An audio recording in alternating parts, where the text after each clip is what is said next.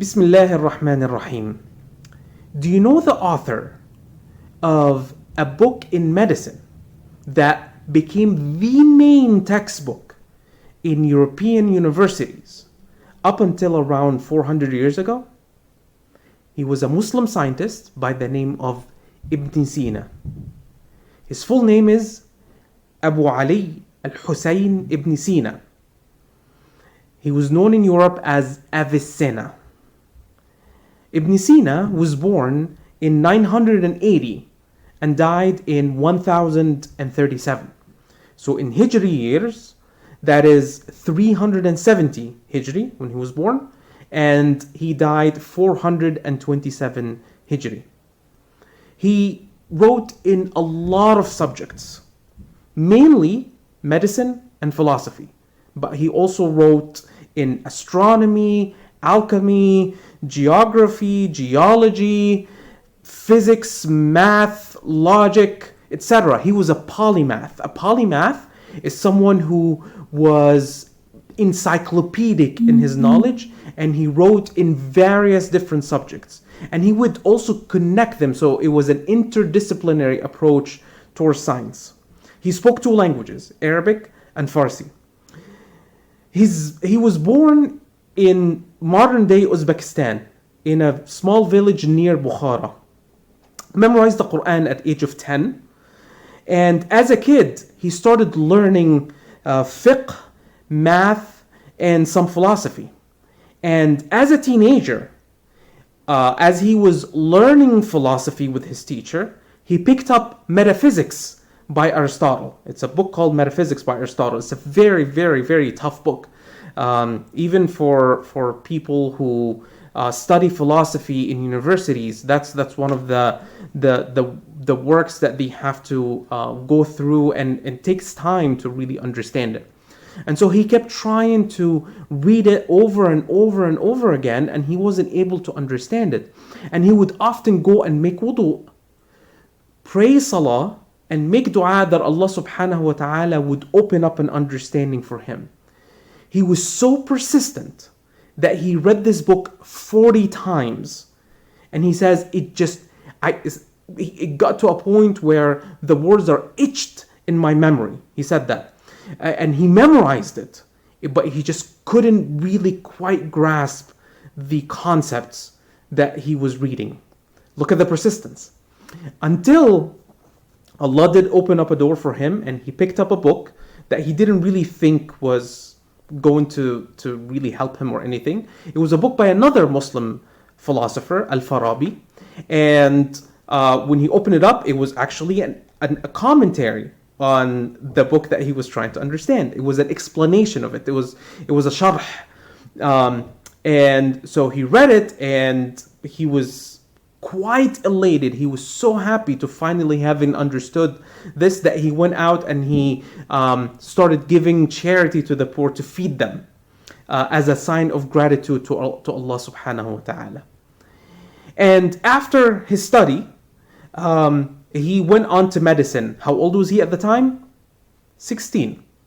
And he said that actually it was a much, much easier thing to learn than many of the other sciences that he had attempted before. By age 18, he had mastery over medicine, and he was practicing medicine. In fact, he was hired, that was his first post, he was hired by Amir Nuh II to treat him from a very dangerous illness. And so he became his physician. And although Ibn Sina was famous, and he was kind of a celebrity of sorts during his life, he actually didn't live a very stable life. He had to migrate from one place to another.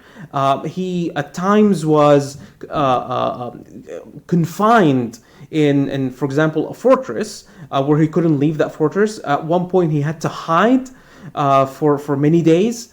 It is because of the political instability at the time. But despite all of this, he continued to teach, he continued to write, he continued to learn. And it is actually believed that he wrote 450 volumes. half of which survive to us. So we believe that he wrote some 250 books. His most important works are in medicine, and by far the most important is Al-Qanun fi al-Tibb, the canon in medicine. So basically, kind of the textbook of medicine, the law of medicine. Up until the 17th century, so 1650, is when this book continued to be a textbook in European universities. Of course, the science of medicine had advanced beyond this book, and a lot of the things that he wrote, are no longer relevant. At this point they're outdated. Other parts of his book are relevant, but that is the nature of science. Not necessarily for everything. Science, as we understand further, and as we discover things further, old things become more outdated. He also wrote extensively in philosophy, and his philosophy have shaped some great minds later, whether in the Muslim world or outside of the Muslim world. In Europe, there were many big name philosophers who were highly influenced by Ibn Sina, as well as other Muslim philosophers such as Ibn Rushd, Averroes. It is important to note, though, that some of his philosophy, especially related to certain religious topics, were highly controversial and were heavily criticized by Muslim scholars such as Al-Ghazali and Ibn Taymiyyah. And they even said that some of the things that he mentioned, those are not compatible with the Islamic view.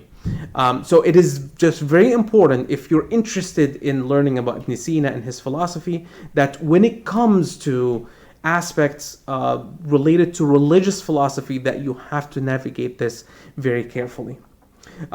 It is also important to remind you that Ibn Sina was a devout practicing Muslim.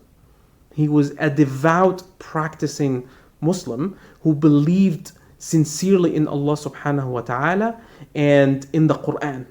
On his deathbed, he committed to tawbah to Allah subhanahu wa ta'ala.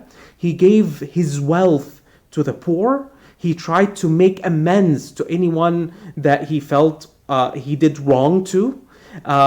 He would constantly read the Quran. He would actually finish reciting the whole Quran every 3 days. So a khatma every 3 days. And then he finally died when he was only 58 years old. And so this man who had huge influence on civilization in the Muslim world and outside of the Muslim world, we ask Allah subhanahu wa ta'ala to forgive him, and we ask Allah subhanahu wa ta'ala to elevate his status, and that for all the goodness that he brought to humanity, that Allah subhanahu wa ta'ala would grant him shafa'ah to enter him into paradise. Ameen.